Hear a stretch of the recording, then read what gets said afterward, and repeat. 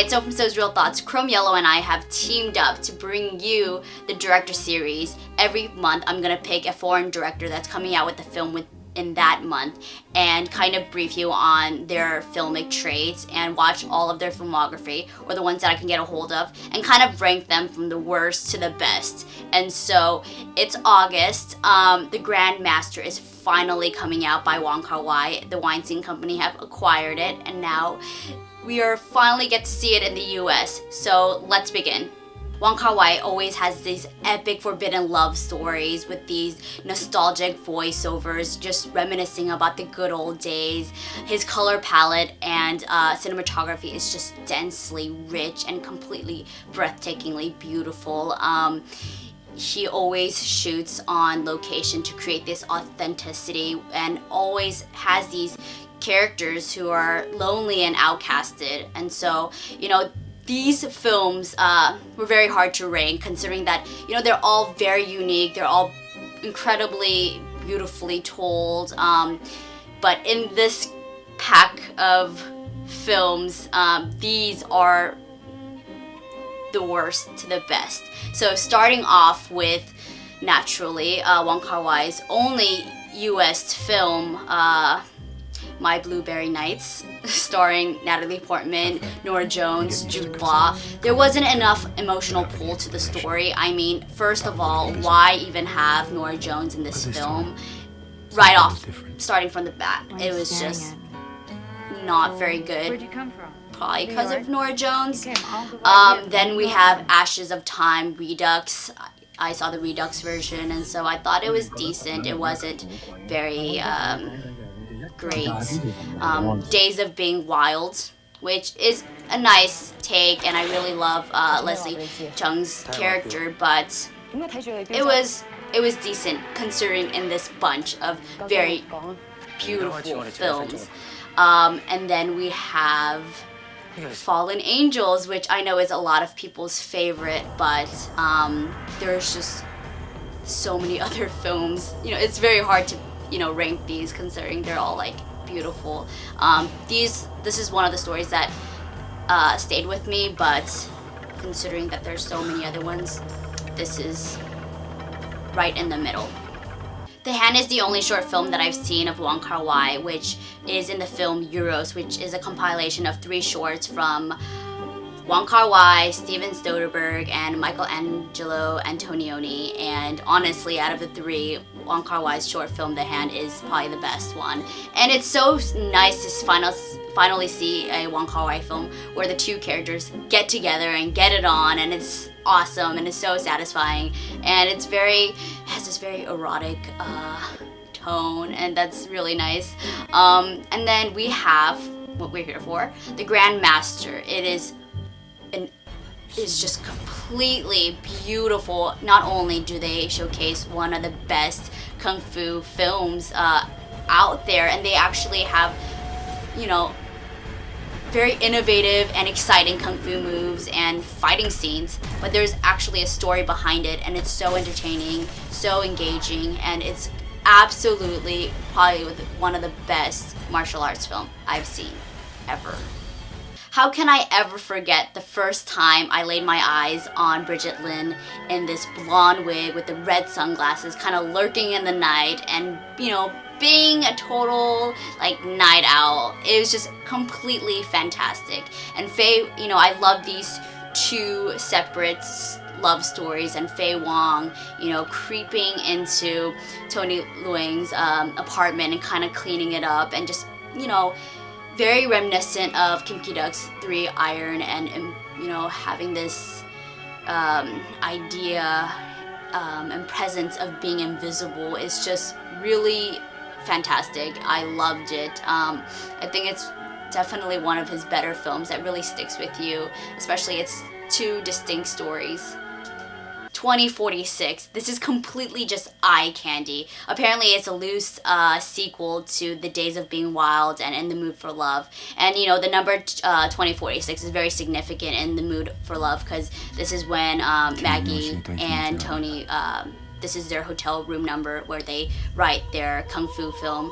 And it's also the number where Tony he's like a sci-fi writer, and so his stories are titled 2046, and it represents a lot of his work, the room numbers of the girls that he's interested is staying in, and so there's this cohesive theme and very important role in the Wong Kar-wai world, and I love that. And especially 2046, I know that there are these there's these epic scenes that really tell such a great story within them. I know that they don't fully come together, in considering that they're kind of misplaced and all of a sudden there's a sci-fi scene, but I think that's what's so great about his films, is that I'm being totally biased, but regardless of how crappy the formation or the form of the film is, I will always forgive him because it is absolutely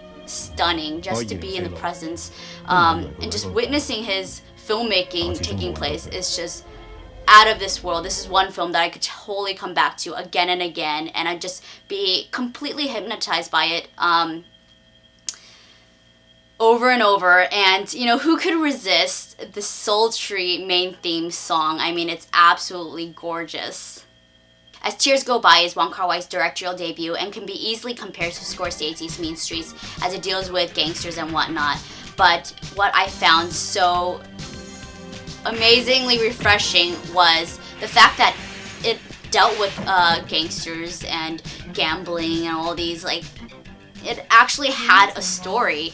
And maybe I watched too many Wong Kar-wai films that kind of seem too similar to one another.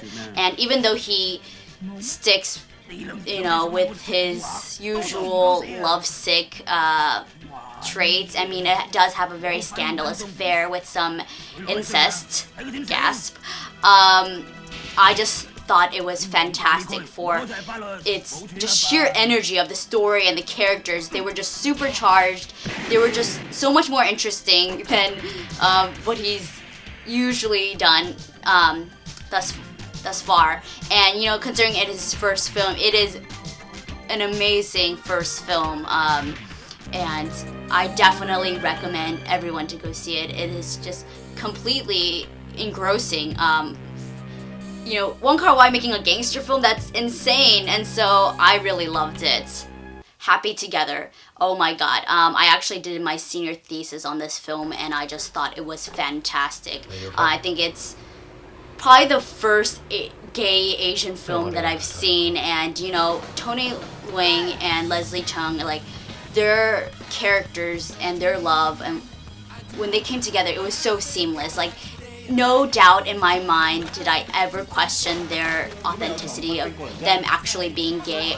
Their love was so real and so captivating. I fully invested myself in them, and I just love the style of it. Wong Kar-wai really tries something new with this, juxtaposition of black and white images and color. And so it almost seems like a capsule of our, most intense memories of love and just emotions. And so I really love that. And it's almost a very surreal film where you're questioning if this is what actually took place, or if this is a memory or whatnot. And it's just absolutely beautiful. I really loved it, just for it being so forward. I mean, to actually have an Asian film from Asia dealing and showcasing, like, homosexuality is outstanding. And it was, oh my god, I totally fell in love with this film, and you can feel their love, and it's so strong. Oh my god, I can't.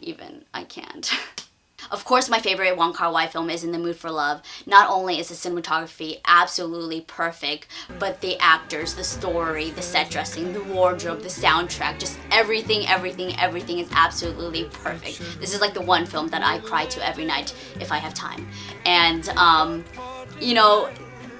those silent moments shared by Maggie Chung and Tony Leung, it's just absolutely irresistible, whether it is, in those tea houses or in the car ride home or whatever. It's just, those moments create these undeniable like moments of intimacy and vulnerability and just sensuality that you don't see every day, and it's just, oh my god, I can't even, like, I'm gonna cry or something.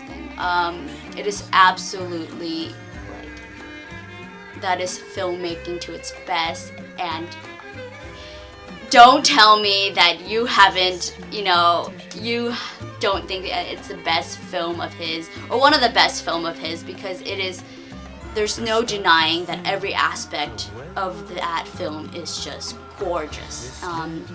It's a very well-rounded story, the characters are great, and it's just one of those films that I could watch over and over again and really feel for them, and I just love the film for what it is. And so yeah, there it is.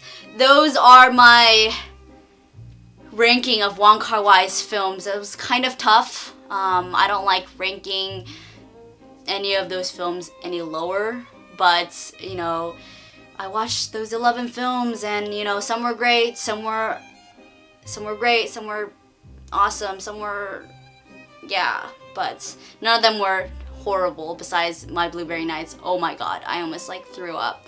But yes, thank you for watching. This is our first director series, and we hope to do more.